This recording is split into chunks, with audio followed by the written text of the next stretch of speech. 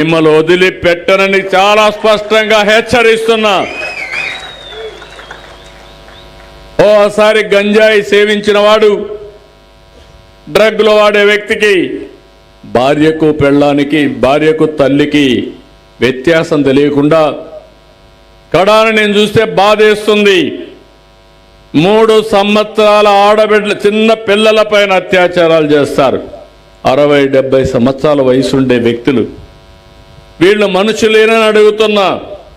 వీళ్ళంటి వాళ్ళపైన ఉపేక్షించే అవసరం ఉందా అని మిమ్మల్ని అడుగుతున్నా. అందుకే చెప్పా, మా ఆడబిడ్డ మీద చెయ్యి వేసావంటే అదే నీకు చివరి రోజు ఈ భూమి మీదని మరొక్కసారి హెచ్చరిస్తున్నా. పోలీస్ వ్యవస్థ కూడా నేను స్పష్టంగా చెప్తున్నా.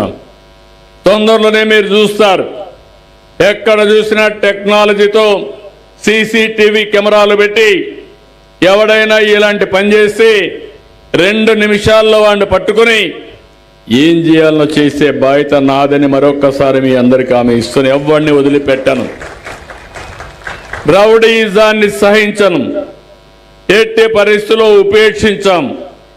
అందుకే ఆ విషయాలు కూడా ఇంకొక పక్క మీరు చూస్తే ఈరోజు నేను చేసే పనులన్నీ కూడా ఎప్పటికప్పుడు నిరంతరం కొనసాగాలి. సస్టైనబిలిటీ ఉండాలి. ఆడంబ సూరత్వం పనికిరాదు. చెప్పిన మాట నిలబెట్టుకోవడానికి ప్రయత్నం చేస్తా ఉంటే రాక్షసుల మారిగా ఈ పవిత్రమైన యజ్ఞాన్ని భగ్నం చేయాలని అన్ని విధాల ప్రయత్నం చేసే పరిస్థితికి వచ్చారు. ఈరోజు మన కేంద్రం సహకారం ఇచ్చింది. మొన్న ఎన్డీఏగా కలిసాం. 3 పార్టీలు కలిసిన తర్వాత ఢిల్లీలో కూడా మన పరపతి పెరిగింది.